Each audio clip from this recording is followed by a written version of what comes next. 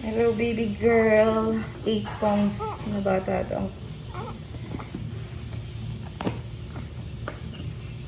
Inject tayo ng Hepa B and Vitamin K. Sorry po. Opo. Sorry na nga po eh. Vitamin K.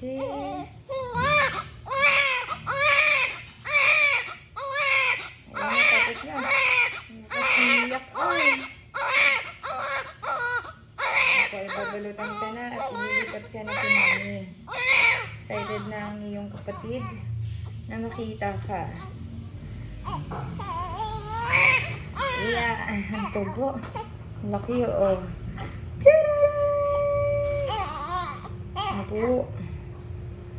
Ang laki-laki. Tara na. Ibigay na kita kay mami mo.